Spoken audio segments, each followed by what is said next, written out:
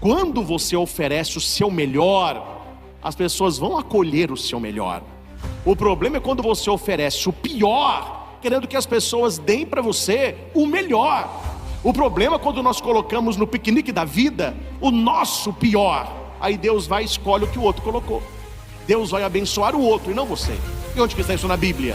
Onde que está o primeiro piquenique que nós temos notícia? Queridos irmãos e irmãs, os que estão aqui no santuário São Frei Galvão, você que nos acompanha aí de casa, e já acolho antecipadamente você que irá ouvir e assistir esta pregação depois que ela foi feita, uma vez que ela fica aí disponível no nosso canal no YouTube.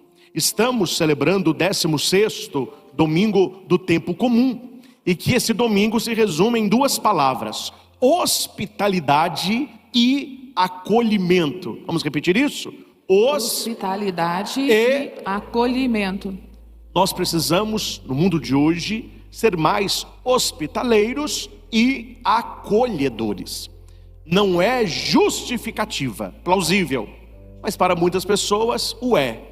Muitos vão dizer assim: eu não frequento mais a igreja, eu não vou mais em tal lugar, eu não rezo mais porque eu não fui bem acolhido, eu não senti ali um lugar de hospitalidade. E isso tem a ver não apenas com a igreja, tem a ver com a nossa casa, e tem a ver com as casas que você visita. Se você vai numa casa e você é bem acolhido, as pessoas fazem caso de você, as pessoas ficam alegres porque você ali está. Qual que é a sua tendência? Oh, que família legal, que casa legal, eu quero visitar mais essa família. Se você vai numa casa, você nota que a sua presença ali não é benquista, as pessoas estão incomodadas com você, você vê cochichos, etc. Você fala: ó, primeira e última, viu? Aqui, meu filho, até o pó do sapato eu vou sacudir. Isso acontece ao contrário. Pessoas que vão na sua casa e se sentem acolhidas, a tendência é que elas te chamem para a casa delas e que voltem. Uma pessoa que vai na sua casa e ela não se sente acolhida, a tendência é que ela não vá mais na sua casa e nem te chame para a casa dela. A primeira leitura desta missa, que fala sobre Abraão e fala sobre a sua esposa Sara e a promessa se cumprindo 25 anos depois, é a pregação da missa da noite. Então você que está participando desta pregação, assista a pregação seguinte também a essa, que o resumo é: para que nós possamos receber, é preciso ofertar. Para que nós possamos ser agraciados, é preciso acolher, ofertar a Deus o nosso melhor, para recebermos dele também o seu melhor. Não sei se vocês lembram disso, aqui só uma historieta. Eu me lembro disso. No nosso tempo de escola, no meu tempo de escola, de vez em quando tinha o tal do piquenique. Eu estudei numa escola chamada Augusto Gonçalves, até hoje ela existe lá em Itaúna, e ela tinha na área de trás um gramado. Então a professora, as mais criativas, né, de vez em quando fazia ali um piquenique. Então falava: olha, os meninos tragam bebida e as meninas tragam comida. Acho que o mais difícil ficava para as meninas, né, que tinha que arrumar algumas coisinhas ali. Mas o que acontecia no tal do piquenique? Lembra aí dos piqueniques quando você estava na escola, ou das festinhas em sala de aula? Tinha aluno que levava refrigerantes mais caros. Na época, um refrigerante badalado era o tal do Baré. Todo mundo gostava do Guaraná Baré. Então, onde que tinha barezinho, todo mundo ficava de olho. Mas tinha aqueles alunos mais humildes, né, que levavam numa garrafinha de refrigerante limonada, ou levavam um suco de laranja. Não sei se vocês lembram, um suco, acho que nem tem mais, que tinha um leão marinho com um dente só. Aquilo era só colorir a água, não tinha gosto de nada. O pessoal levava aquilo ali. Quem levava comida, tinha gente que levava aquelas pizzas que a mãe fazia no tabuleiro, com carne moída em cima. Ou quem tinha mais condição, encomendava na padaria empadinha, coxinha, pastel frito. Mas tinha molecada que levava aquelas bolachas Maria, levava aquelas bolachas água e sal. A minha pergunta é: hora que colocava tudo aquilo lá na coxa do piquenique, respondam para mim, quem levava limonada e bolacha Maria queria comer o quê? Simples assim. Acabava primeiro o refrigerante, acabava primeiro os salgados, e eu via meus coleguinhas, muitos que levavam o pacotinho de bolacha Maria, o pacote voltava para a mochila. Muitos que levavam esse suco, o suco voltava. E aqui, meus irmãos, é só uma historieta para contextualizar a nossa vida no mundo que estamos. Quando você oferece o seu melhor, as pessoas vão acolher o seu melhor. O problema é quando você oferece o pior, querendo que as pessoas deem para você o melhor. O problema é quando nós colocamos no piquenique da vida o nosso pior. Aí Deus vai e escolhe o que o outro colocou. Deus vai abençoar o outro e não você. E onde que está isso na Bíblia? Onde que está o primeiro piquenique que nós temos notícia? Caim e Abel. Eles apresentaram para Deus os seus alimentos. Abel colocou o melhor que ele tinha. Caim colocou o pior. Abel colocou os melhores frutos, as frutas maiores, mais belas para Deus. Caim colocou tripa, colocou gordura, colocou pele de animal. Aí Deus olha e diz: olha, eu aceito a oferta de Abel e eu rejeito a oferta de Caim. Ou seja, para recebermos o melhor de Deus, nós precisamos ofertar o melhor, em duas vias: a via da oração e a via da ação. Estar com Deus para estarmos com Ele, e na nossa vida agirmos por causa dEle. É bem verdade que Deus visita a nossa casa, aí o que nós estamos colocando para o Senhor. E é tão verdade que nós também vamos à casa dEle. Quando você está na sua casa e você está orando, rezando, lendo a Bíblia, Jesus vai na sua casa. Quando você sai da sua casa e vem para a Santa Missa, você está vindo na casa dele. Então olha a visita trocada. Quando você reza na sua casa, você está convidando Jesus para estar na sua casa. Quando você vem à igreja, Jesus te convida para estar na casa dele. E aqui há um detalhe importante: o Senhor nos ama tanto, com amor eterno e misericordioso, que Ele não nos quer visita. Ele não nos quer visita, Ele nos quer hóspedes. Ele não quer que nós o visitemos, Ele quer que nós moremos com Ele. E quando é que vai acontecer isso? Na vida eterna, quando nós estaremos com o Senhor por toda a eternidade. É por isso que o Salmo 14 vai responder uma questão: Senhor, quem morará em vossa casa? Não é quem te visitará. Não, visita vai e vem. O Senhor quer que nós estejamos com Ele. Quem morará em vossa casa? Quem Deus gosta de receber em casa? É claro que não é o lugar aqui. Mas se eu conversasse com você fora daqui, comendo uma pizza, passeando, e falasse assim: olha, que tipo de pessoa você gosta de receber na sua casa? Você tem na sua mente pessoas que você gosta e pessoas que você evita. Pessoas que eu gosto, exemplo, olha, pessoas que não fiquem me criticando, pessoas verdadeiras, que não tenham inveja de mim, pessoas que gostem daquilo que eu posso oferecer, pessoas que amem a minha família, pessoas que tratem bem os meus filhos, pessoas que levem alegria. Que tipo de pessoa você não quer na sua casa? A pessoa falsa, pessoa invejosa, pessoa que ri para mim na frente, mas fala mal de mim por trás. Então a gente tem uma lista. Deus tem a lista dele.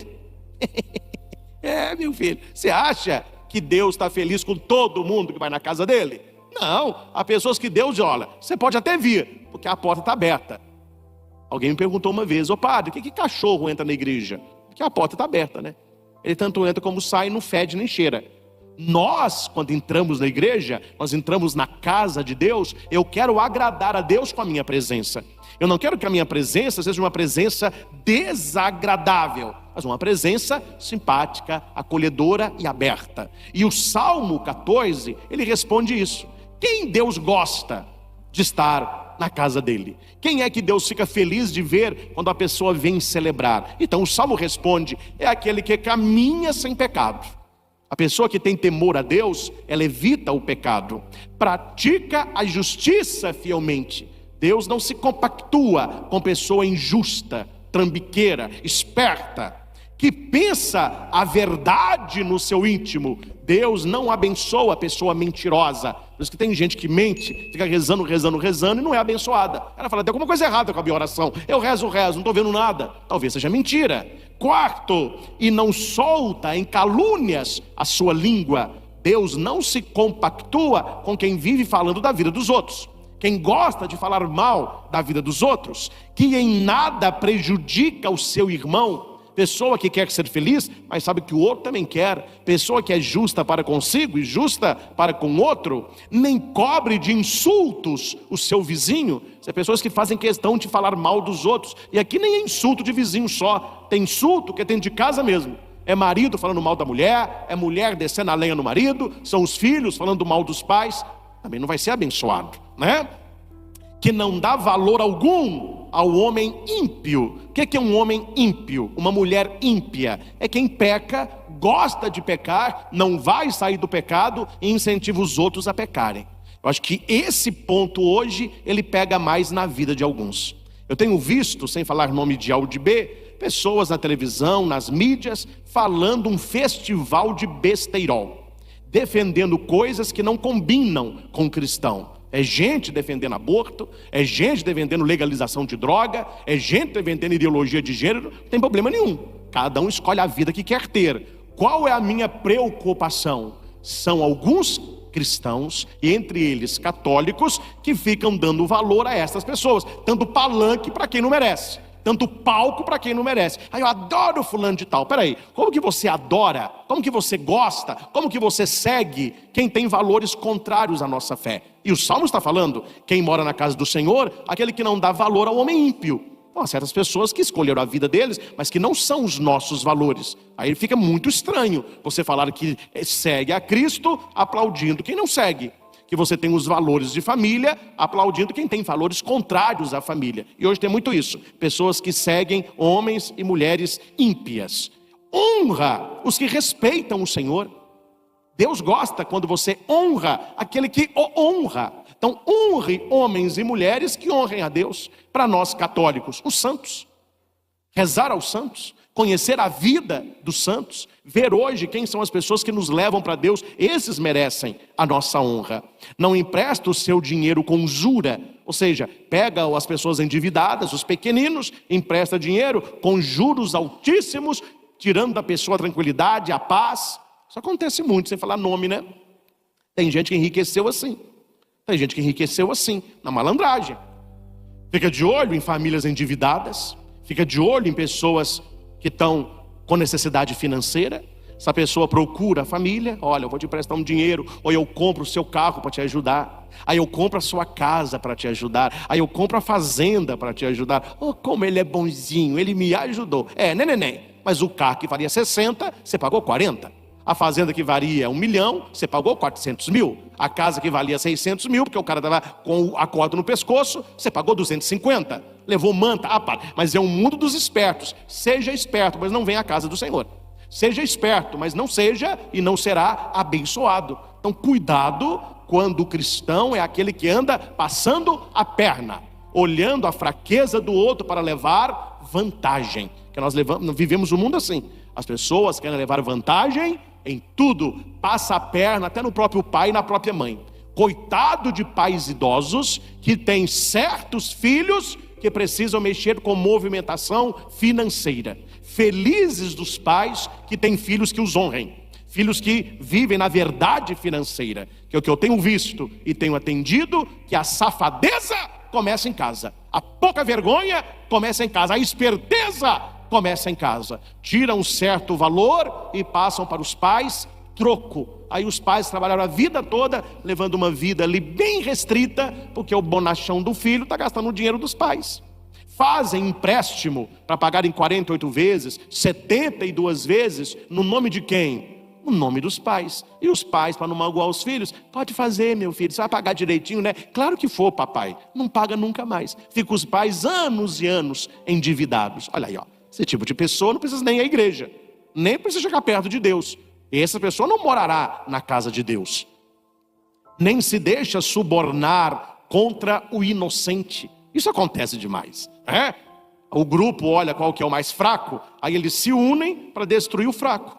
Eles se unem para pôr a corda do pescoço naquele coitadinho que não tem quem o defenda. E nós falamos isso no nosso linguajar. A corda sempre arrebenta para o lado mais fraco. E geralmente forte une com forte. Para destruir quem? O fraco, o coitadinho, né? Jamais vacilará quem vive assim. Este é o Salmo 14 que nós acabamos de cantar, que está aí no seu folheto. Aqui está uma receita das pessoas que Deus gosta de receber em casa. Só que é verdade que nós vamos à casa de Deus, mas é verdade que Deus quer ir na nossa casa também. Amém? Eu vou à casa de Deus quando eu vou à missa, e Deus vem à minha casa quando eu oro. Então eu quero acolher Jesus. Vamos repetir isso? Eu quero acolher Jesus. Vai lá. Eu quero acolher Jesus. Você que está conosco pelo YouTube, escreva aí no chat: eu quero acolher Jesus. Repitamos mais uma vez: eu quero acolher Jesus. O evangelho que nós ouvimos, quem acolheu Jesus na sua casa? Um de cada vez. Quem acolheu Jesus na sua casa? Marta. Está escrito na palavra aí, ó. Vocês ouvem, mas fica voando, né? Está escrito aqui, ó: Jesus entrou num povoado e certa mulher de nome Marta o recebeu na sua casa. Olha que bonito aí. Isso aqui são pegadinhas do evangelho. Quem tomou iniciativa, quem convidou, quem recebeu, quem acolheu, quem levou, foi Marta. E Marta tinha uma irmã. Como se chama a irmã? Maria. Como se chama o irmão de Marta e Maria? Lázaro. Só que Lázaro não está aqui na história. Marta convida, Jesus aceita. Hora que Jesus chega na casa de Marta, quem está lá? Maria. Então está o pano de fundo aí. Marta foi quem convidou. Jesus, quando chega na casa, lá está também Maria. Aqui, meus caros, nós temos um jogo de palavras de Lucas para falar sobre a pessoa ativa e a pessoa contemplativa. A igreja, na espiritualidade católica, tem esses dois nomes para indicar a ação e a contemplação. O que é contemplação? É a oração. Quando você para respirar, quando você tem tempo de contemplar, quando você está com o Senhor sem olhar relógio, é o momento da contemplação. E nós temos o momento da ação, que é as obras de caridade, que é o seu trabalho, que é o seu estudo, que é os seus relacionamentos. Então a nossa vida, imagine aí um pêndulo, né? Pêndulo, imagina uma bola de ferro amarrada aqui no meio do santuário numa corda. Então eu pego a bola de ferro aqui, eu solto, ela vai para onde? Ela vai para lá, ó. Mas à medida que ela vai para lá, ela para lá?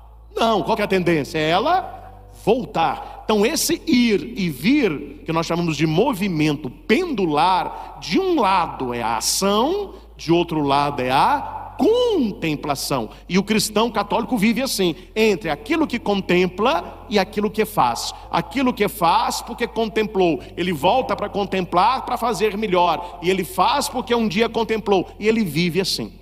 Aqui nós temos Marta, ela representa a ação. E nós temos Maria, ela representa a contemplação. Me diga, qual das duas é a certa e qual das duas é a errada? A gente consegue responder isso? Sim ou não? Não, porque não existe a certa e a errada. Existe aquela que tem prioridade e aquela que está tentando agradar, mas ela coloca o fazer antes do contemplar. Se você vê a primeira leitura, que eu não vou entrar nela agora, você não vê momento algum Abraão contemplando. A hora que Abraão vê aqueles 3 anjos, ele já vai ao encontro, ele se ajoelha, ele se prostra, fala: olha, se eu achei graça aos teus olhos, fica aqui, eu vou preparar um pão, eu vou preparar um novilho, eu vou trazer leite, eu vou trazer tâmara, eu vou trazer o que eu tenho de melhor para vocês.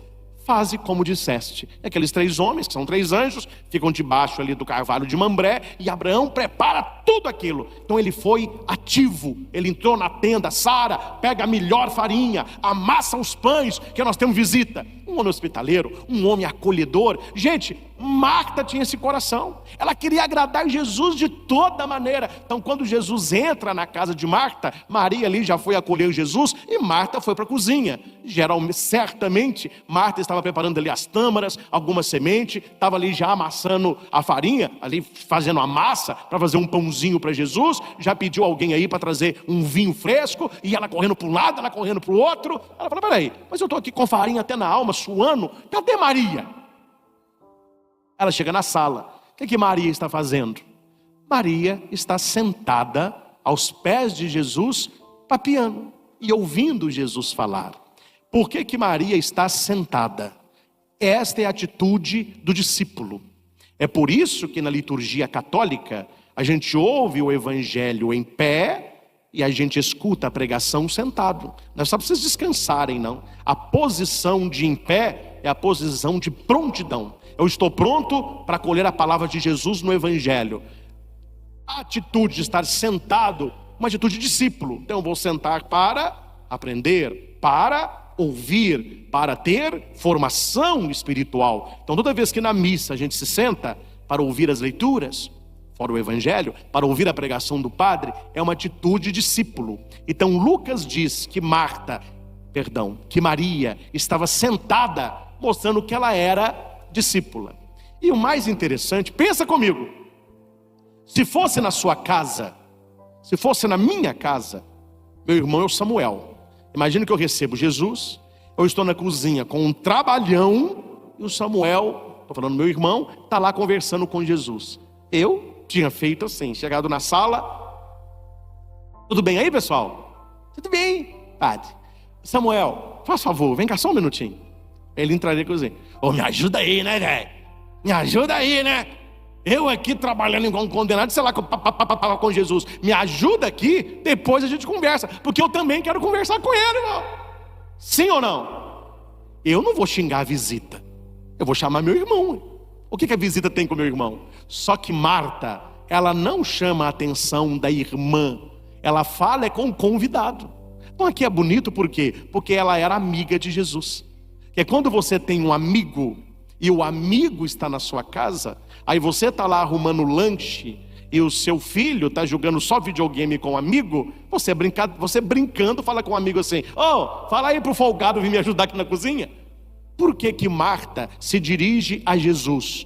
Porque ela é amiga dele. Porque Jesus é de casa. Jesus não é uma visita. Tanto é que quando Jesus está naquela região, ele só fica na casa de Marta, Maria e Lázaro. Quando ele entra em Domingo de Ramos, em Jerusalém, que as pessoas leem o evangelho, mas não entendem a coisa, né? Ele entra em Jerusalém, tem a sua entrada triunfal. Hosana, o filho de Davi. Onde que ele fica hospedado em Jerusalém? Em lugar nenhum. Ninguém o acolheu. Aí a Bíblia diz que depois daquela entrada triunfal, ele vai se hospedar aonde? Em Betânia. Quem morava em Betânia? Maria, Marta e Lázaro. Olha aí, quando a gente gosta de alguém, a gente quer estar na casa da pessoa, né? Ele volta, ele era amigo. Então ele vai dizer: Senhor, não te importa que minha irmã me deixe sozinha com todo o serviço? Manda que ela me venha ajudar. Mas ela fala para Jesus, ela está incomodada, que ela está cansada, e Maria está ali ouvindo o Senhor. E Jesus responde assim: Marta, Marta. Toda vez que na Bíblia a palavra se repete, eu podia ter falado Marta, como na sua ressurreição, Maria Madalena está procurando o seu corpo, e ele olha para ela e diz Miriam, ou Maria em português, e ela responde Rabone. Ele não fala com ela Maria, Maria, não, ele fala Maria. Ela responde Rabone, que é Senhor. Quando a Bíblia repete, é como se fosse assim, uma criança chega agitada: mãe, mãe, mãe. Calma, calma. Pode falar. Quer dizer, Marta, Marta. Respira, Marta. Respira. Acalma. Vem cá. Você acalmou? Calmei. Tu te preocupas e andas agitada por muitas coisas. A questão de Marta não era aquela questão ali, era a vida de Marta que era agitada. E Jesus vai mostrar para ela: você não tem paz porque você é uma pessoa preocupada. Ele vai dizer: tu te preocupas. Ele não vai dizer tu te ocupas. O que é preocupação? Excesso de futuro. A uma pessoa preocupada, ela não tem paz, não. Uma pessoa que vive o futuro, ela está abrindo mão do presente. Uma pessoa preocupada, ela é ansiosa, é uma pessoa medrosa, ela tem medo de não conquistar o que quer, ela tem medo de perder o que já tem. Uma pessoa preocupada, ela tem uma mente negativa. Veja se na sua família tem alguém preocupado lá, e o filho dessa pessoa atrasa 10 minutos para chegar na escola. Veja que a pessoa começa a falar: ele foi atropelado. Entra no hospital. Vamos ligar para a funerária. É um pensamento negativo. A pessoa só pensa coisas ruins. Uma pessoa preocupada, ela está distraída. A raiz da palavra agitada que Jesus usa é a mesma da palavra distraída no grego. Quer dizer, o que é uma pessoa distraída? Ela não vê o que está acontecendo. Nó! Você viu o acidente ali agora? Ah, não. Por que você não viu? Ah, eu estava distraído. A pessoa distraída, ela não vê os filhos crescerem, ela não vê os amigos se distanciarem, ela não vê a idade chegar, ela não sente o sabor da comida, ela tem tempo para tudo, mas ela não tem tempo de passear, ela não tem tempo de brincar com os filhos, ela não tem tempo de dormir até mais tarde, ela não tem tempo de tirar férias, ela não tem tempo de ficar um dia vendo a própria vida. Não. Ela está tão agitada e tão preocupada que a vida está passando e ela está passando com a vida. Tenha tempo para aquilo que é importante para você. Interessante que eu vindo agora do aeroporto, sexta-feira, estava lá em Taubaté, teve um acidente na estrada e tem carros, aí tem aquele congestionamento. Tem carro que ele fica assim, ó, ele passa para a fila de cá, ele passa para a fila de cá, quer dizer, ele quer andar rápido. E eu não sei se você conhece a lei de Murphy, a fila que você passa é que não anda. A fila está andando, você fala, eu vou passar para cá. A hora que você passa para cá, essa para e anda de cá. Aí você volta para cá. Na verdade, as duas estão andando. Você está tão ansioso para chegar que parece que é a sua filha que não anda. Pessoas que trabalham tanto que chegam em casa, aí o filho fez um desenho. Ô papai, olha o desenho que eu fiz. Papai está muito cansado, depois papai vê isso aí. Esse depois nunca se vê. Papai, vão brincar comigo? Papai está cansado. Papai, no final de semana, papai tem que adiantar o trabalho da semana. A vida vai passando, não tem carinho entre marido e mulher, não tem tempo de visitar os amigos, não tem tempo de brincar com os filhos, uma vida preocupada, uma vida ansiosa, uma vida distraída. Eu recebi certa vez uma figura, e eu uso nas minhas palestras, sobre uma pessoa, um homem, que diz assim, eu estou com depressão. E é ele falando. E alguém responde para ele, você não está deprimido, você está distraído, que é como se fosse agitado. E a foto é interessante, porque um homem está sentado à mesa, assim ó, e ele falando, eu estou deprimido. E tem um balãozinho escrito, você está distraído. E na foto tem várias situações que ele poderia estar agradecido. Então o homem, quero que vocês visualizem isso, o homem na mesa assim ó, triste, eu estou deprimido. E alguém fala, você está distraído. E o que mais está na foto? Está a mulher dele fazendo o jantar. Então está escrito assim, você está distraído, veja a mulher que te ama. Você está distraído, veja que na sua panela tem comida. Você está distraído, veja que no seu fogão tem gás. Aí na parede tem um diploma, ele é formado. Você está distraído, você já cursou faculdade, o que muitos não fizeram. No pé dele tem um cachorrinho. Você está distraído, tem um pet querendo de carinho. Aí tem uma seta para casa. Você está distraído, você tem casa onde morar. Com certeza ele passava alguma necessidade, mas se ele abrisse a sua visão, ele veria que ele tem mais motivos para agradecer do que para reclamar. É aqui que está o detalhe do evangelho. É aqui que você vai virar a chavinha para entender. Maria escolheu a melhor parte. Qual é a melhor parte? Estar com o Senhor, ouvir a sua palavra, receber direção espiritual. Qual é o problema de Marta? Não é a atividade dela, é o ativismo. Porque trabalhar, todo mundo tem que trabalhar. Ter horário, todos nós temos que ter horário. Eu não conheço pessoas vitoriosas que acordam 10 horas da manhã. Eu não conheço pessoas vitoriosas que não gostam nem de trabalhar e nem de estudar. Então não é a atividade que é o problema é o ativismo. E o que é ativismo? É o não parar. A pessoa ela não para, ela trabalha de segunda a sexta, ela leva trabalho para casa para trabalhar sábado e domingo, adiantando a segunda. Então a pessoa que está em constante atividade. E Jesus vai dizer para Marta, a sua irmã escolheu a melhor parte e esta não lhe será tirada. O que Jesus sugere para Marta? Larga a cozinha, larga o pãozinho e senta aqui. Vamos conversar primeiro. Vamos ouvir a palavra primeiro. Quando eu acabar de conversar, eu e Maria vamos com você para a cozinha. Nós fazemos lanche juntos. Meus irmãos, guarde isso. A contemplação precede a ação. A oração precede a atitude. Qual que é o nosso problema? Ou o problema de algumas pessoas? Você não reza, mas você quer fazer. Aí você faz e dá errado. E porque dá errado, você começa a rezar. O contrário. Reze antes e faça depois. Não é só a contemplação. Porque a pessoa que fica só na contemplação,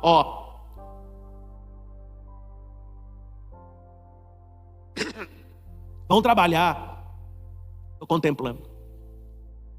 Vamos estudar, contemplando. Trate melhor a sua família, contemplando. Aí vai falar, contemplando, isso é um preguiçoso, isso é um safado. Fica lá, batendo peito na igreja, não faz nada. Mas tem o outro lado. Vamos contemplar Deus? Estou trabalhando. Vamos contemplar Deus? Estou fazendo conta. Vamos contemplar Deus? Não, eu tenho que estar com meus filhos. Você é um safado também, cara. Está fugindo de Deus, trabalhando 24 horas por dia, trata bem as pessoas, mas não tem tempo para rezar. O que Jesus me pede? Equilíbrio, movimento pendular, escutar a palavra e tomar boa atitude, rezar e trabalhar, descansar e estudar, estar com a família, estar com os amigos, acordar mais cedo, de vez em quando dormir até mais tarde. Equilíbrio. Virtus in medio gloria Dei. A virtude está no meio, para a glória de Deus. Então o que o ser humano tem que buscar? Equilibrar Marta e Maria. Porque as duas estão no meu coração. Eu não sou só Marta e eu não sou só Maria. Eu sou Marta e Maria. Mas Jesus coloca ordem. Olha, Marta, Maria escolheu a melhor parte. Venha para cá. Depois daqui, nós vamos para lá. Então repita comigo. Antes da ação, precisa vir a meditação. Precisa vir a meditação. Então veja, Maria está escutando Jesus e depois os dois iriam com Marta para a cozinha. Repita comigo. Rezar para saber o que fazer. Rezar para saber o que fazer. E não simplesmente antes de fazer. Vocês entendem a diferença, sim ou não? Vou te dar um exemplo. Você mora de aluguel. Um exemplo, vou te dar 1000 exemplos aqui, vou dar um. Você mora de aluguel. Você passa de carro e vê assim, vende-se. É um terreno. Agora sim, eu vou sair do aluguel. Oh meu Deus, eu vou comprar esse terreno. Me abençoe, para que dê certo, para que eu consiga fazer pelo menos um ano a minha casa aqui. Você está rezando antes de fazer. Esta oração é manca. A oração mais poderosa é: Senhor, tem um terreno para vender aqui, me ilumina para que eu veja se é para mim. Me ilumina para ver se é aqui. Se for, que dê tudo certo. Mas eu quero rezar para o Senhor me mostrar o que eu devo fazer. Há muita diferença entre rezar antes de fazer e rezar para ver o que deve ser feito, o que Deus quer que eu faça. Raniero Cantalamessa, que é cardeal agora da igreja, ele pregando para o Papa Francisco, ele disse que a oração de todo sacerdote, que ele pregava para o clero de Roma, mas isso serve para todo cristão, que a oração mais poderosa é uma oração que pede a Deus orientação do que fazer, e não apenas uma oração antes de fazer. Para nós pregadores da palavra, quem tem aí o ministério de pregar, os pregadores da igreja, ele vai dizer para nós, vai puxar a orelha. Não é rezar para que Deus abençoe o que você preparou para dizer. É para rezar para que Deus te mostre o que você deve dizer. A oração vem primeiro, a contemplação vem primeiro, mas depois vem a ação. Então, Maria tem primazia sobre Marta, mas uma Maria sem Marta é alienada, e uma Marta sem Maria é estressada. Então nós não podemos ser nem alienados e nem estressados. Nós temos que ter no coração um equilíbrio entre Maria e Marta. E finalizando, meus caros, eu vos pergunto: quem na Bíblia você conhece que equilibrou perfeitamente no coração Marta e Maria? A ação e a contemplação, as atitudes e uma vida de oração.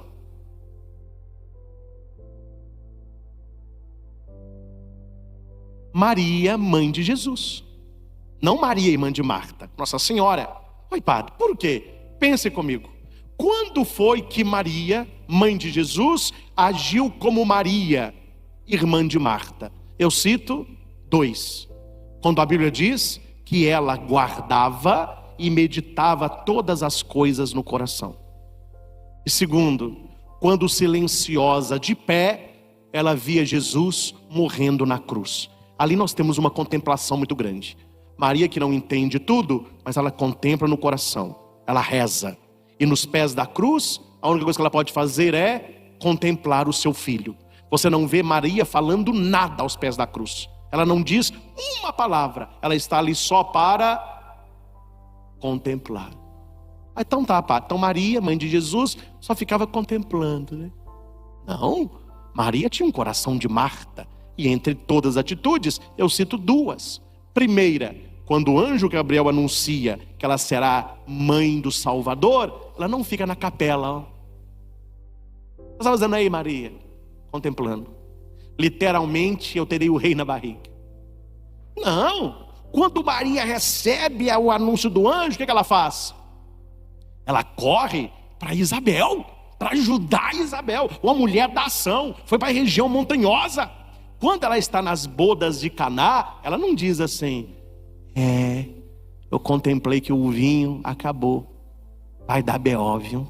Não, ela é a mulher da ação. Ela está na cozinha, ela está vendo as talhas, faltou vinho, ela já vai até Jesus. Filho, eles não têm mais vinho, o que queres de mim? Minha hora não chegou, fazei tudo o que ele vos disser. Então note, no coração de Maria há um equilíbrio perfeito entre a contemplação de Maria, irmã de Marta, e entre as atitudes de Marta, irmã de Maria. Então note que a vida de Nossa Senhora é espelho para cada um de nós. Há momentos na vida que você vai ter que parar, respirar, contar até 10, às vezes vai contar até 50, mas vai com calma, porque quem fala e age com raiva haverá de arrepender. Então tenha um pouquinho de Maria no coração. Deixa eu acalmar primeiro, deixa eu estar no pé de Jesus, deixa eu escutar a palavra. Tem hora, você não pode ficar só vendo as coisas acontecerem. Tem que ser Marta. Estudar, acordar mais cedo, levar currículo, subir na empresa, fazer curso, aprender uma nova língua, fazer exercício. Quer dizer, a nossa vida é conciliando aí essas 2 mulheres que existem dentro de todos nós, Marta e Maria. Sem esquecer que há uma escala de primazia. Primeiro Maria, depois Marta. Jesus está na casa das 2, mas uma tem primazia, que contempla, e a outra virá depois, como aquela que age.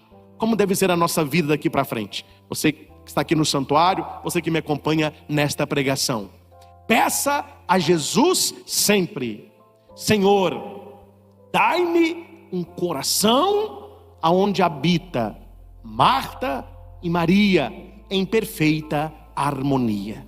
Senhor, dai-me um coração onde habite Marta e Maria em perfeita harmonia.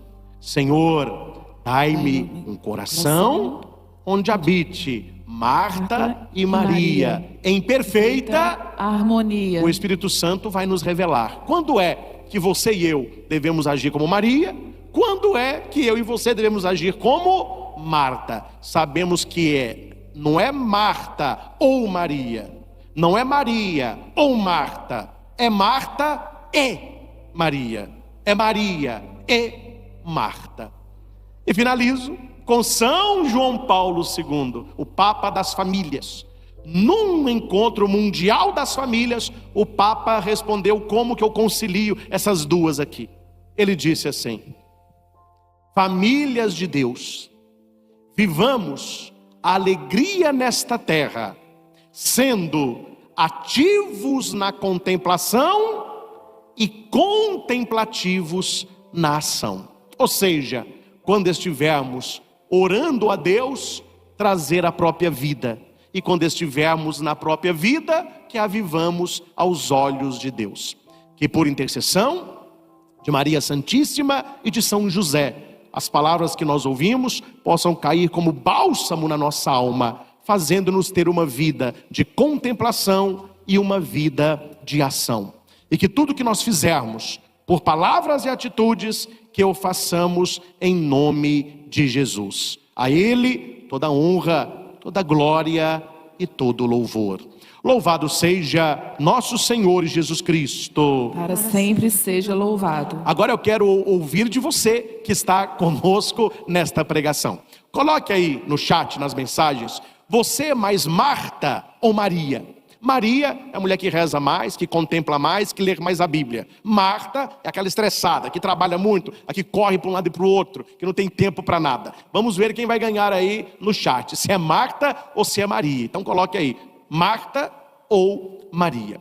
Deixe também o seu comentário, você que está assistindo essa pregação depois que ela já foi feita. Deixe o seu like, isso ajuda muito o YouTube a enviar esta pregação para outras pessoas. Você que ainda não é inscrito no canal, se inscreva para que você seja notificado dos novos vídeos. Precisamos usar também a internet para evangelizar. Então, ajude-nos nesta evangelização, compartilhando este vídeo com toda a sua família, para que a Marta e a Maria, que existam dentro de nós, pelo Espírito Santo, alcancem o tão sonhado equilíbrio. Que assim seja. Graças e louvores se deem a cada momento ao Santíssimo e Diviníssimo Sacramento. Graças e louvores se deem a cada momento ao Santíssimo e Diviníssimo Sacramento. Graças e louvores se deem a cada momento ao Santíssimo e Diviníssimo Sacramento. Jesus, manso e humilde de coração, semelhante ao vosso. Glória ao Pai, ao Filho e ao Espírito Santo, como era no princípio, agora e sempre. Amém. Jesus, eu vos amo em meio a toda a escuridão. Eu vos amo em meio a todas as dores. Eu vos amo em meio a toda tristeza. Eu vos amo em meio a toda angústia. Eu vos amo em meio a toda tentação. Eu vos amo por toda a minha vida e por toda a eternidade. Jesus, eu vos amo. Marta e Maria receberam a visita de Jesus. A cena está se repetindo agora, que Jesus nos visita nesta manhã. Você que está conosco agora, Jesus está te visitando. Abra não apenas a porta da sua casa, mas a do seu coração. Peça que Jesus te ajude a vencer a sua preocupação, a sua ansiedade, seu medo.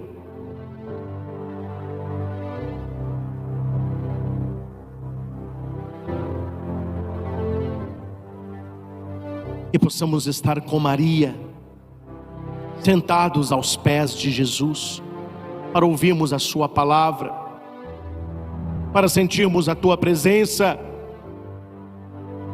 para estar com Ele.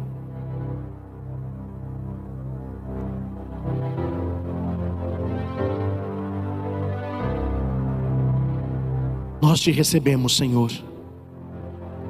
Nós te acolhemos nesta manhã. Tu vem a nós, para que nós possamos ir, e não apenas ir, mas permanecer contigo, estar contigo. Aquieta o nosso coração, Senhor, aquieta o nosso coração.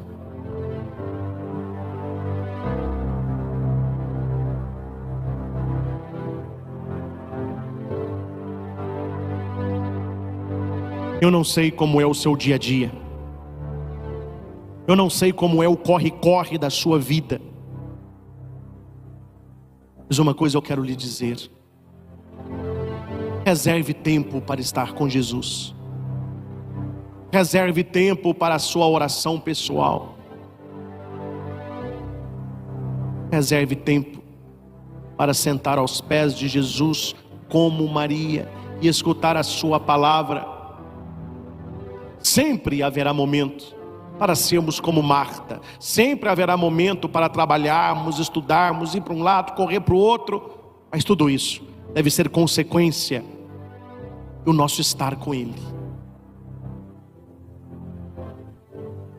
Jesus,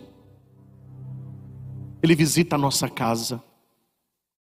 E nós queremos estar em sua casa.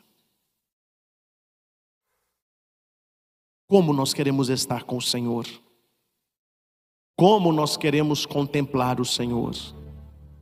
O que Deus vê quando Ele olha para cada um de nós? A nossa vida agrada a Deus? As nossas escolhas agradam a Deus? Aquilo que nós andamos fazendo, aquilo que nós andamos falando, as pessoas com quem andamos agradam a Deus?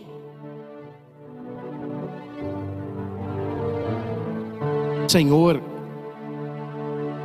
quem morará em tua casa? Senhor, quem morará em tua casa? É aquele que caminha sem pecado e pratica a justiça fielmente, que pensa a verdade no seu íntimo e não solta em calúnias a sua língua, que em nada prejudica o seu irmão, nem cobre de insulto os seus vizinhos, que não dá valor algum ao homem ímpio, mas honra os que respeitam o Senhor. Não empresta o seu dinheiro com usura, nem se deixa subornar contra o inocente. Jamais vacilará quem vive assim. Jamais vacilará quem vive assim. Senhor Jesus, eu não quero vacilar na fé. Eu não quero vacilar na vida. Ajuda-me, Senhor, e derrama a tua graça sobre cada pessoa que está agora conosco, para que sejamos dignos de morarmos em vossa casa. Ajuda-nos, Senhor, a vencer toda a tentação,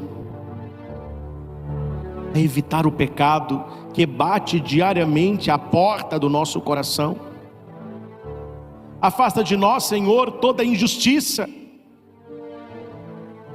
Como as pessoas estão injustas, como o mundo está injusto. Parece-nos que o certo ficou errado e o errado ficou certo. Ajuda-nos, Senhor, a pensar sempre a verdade no nosso íntimo.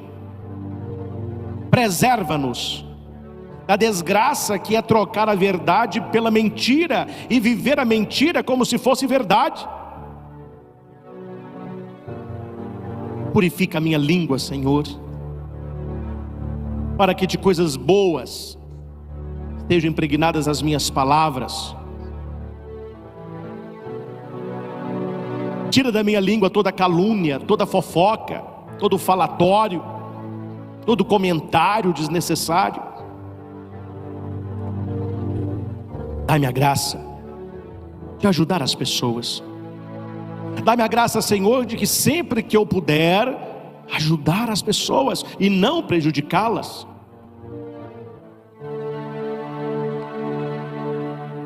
O mundo é mau, e o que vale a pena hoje é a esperteza. Pessoas que querem levar vantagem em tudo, e elas não veem, elas estão perdendo a tua bênção, a tua graça. Afasta de nós todos os insultos, que nós jogamos e falamos contra as nossas famílias, contra os nossos amigos, contra os nossos vizinhos. Senhor, que na nossa balança interior de valor, que nós possamos honrar, valorizar, imitar as pessoas que vivem a Tua palavra. Nós não podemos, Senhor, aplaudir e valorizar homem ímpio, mulher ímpia, pessoas que vivem uma vida totalmente contra a Tua palavra, com valores que não são os nossos, são até contra-valores. Este salmo se cumpra na nossa vida. Senhor, quem morará em vossa casa é aquele que não dá valor ao homem ímpio, mas honra o que respeitam o Senhor. E nós não queremos apenas honrar os que te respeitam, nós queremos também te respeitar. E te respeitando, acolher a tua igreja, nossa família, os nossos amigos de verdade. Possamos usar o dinheiro e não se deixar usar por ele. Que o dinheiro seja nosso e não nós dele. O dinheiro é um ótimo servo, mas é um péssimo patrão. E nós não podemos amar a Deus e o dinheiro. Serviremos a um e desprezaremos ao outro.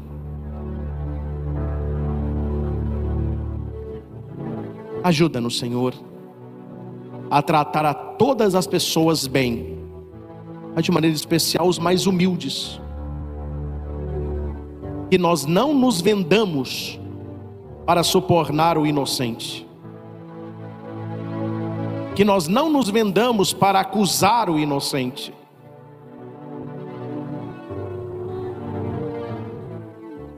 Quem vive assim não vacila. Quem vive assim não vacilará. Senhor, quem morará em vossa casa?